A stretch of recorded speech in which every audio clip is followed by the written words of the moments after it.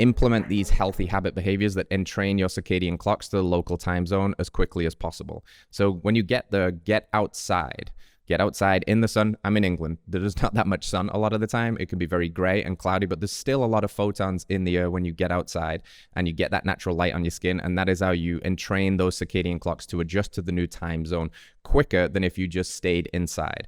Bonus points for grounding always, because if you can think of grounding almost like plugging into the earth, plugging into the environment and picking up information that will attune you to those circadian clocks again and regulate yourself to make the jet lag a little smoother of a transition. Now, when you're coming back west, it's often a little trickier because a lot of the times you'll be flying through the day, stretching the day out very long and landing late at night. So you want to sleep on the plane if possible and all of that fun stuff. But when you land is trying to always get yourself in the mindset wherever you're traveling of getting in the local time zone as early as possible. So as soon as you get on the plane, I would be setting your watch or just setting your mind to get into that time zone. So if it's 5 hours ahead or 5 hours behind, and now start to think about the local time zone at arrival and what would be going on at those times.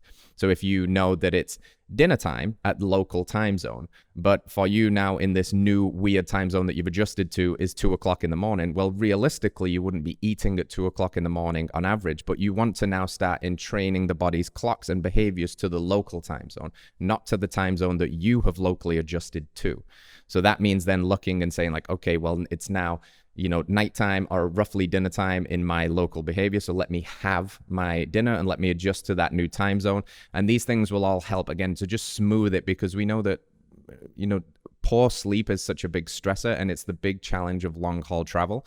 And just doing this and traveling with my family, the first night was a little tricky when we arrived home and my son woke up at 3 o'clock in the morning wide awake, because that was 9 o'clock in England and that's the time zone that he'd adjusted to. So that entire next day, what we did was basically spend all day outside, got lots of light information and training him back to the local time circadian clock, let him play bare feet in the grass a whole bunch. And by that following day, he was back to normal. Around 7, he got really sleepy at the dinner table. We went to bed and he slept all the way through to 6 a.m. And it was pretty much done in one day.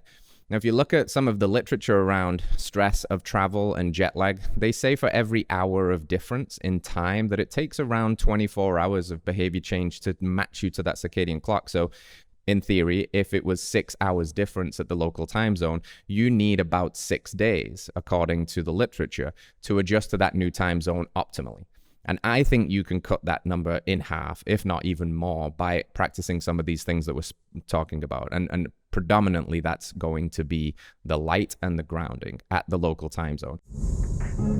Hello, friends. If you enjoyed that clip, then you can watch the entire thing by heading to this link over here, or you can find us wherever you find podcasts by searching Radical Health Radio. If there's value here, please hit that like button. Let us know in a comment what your biggest takeaway was, and hit subscribe. Support the show as we support you. We'll see you soon.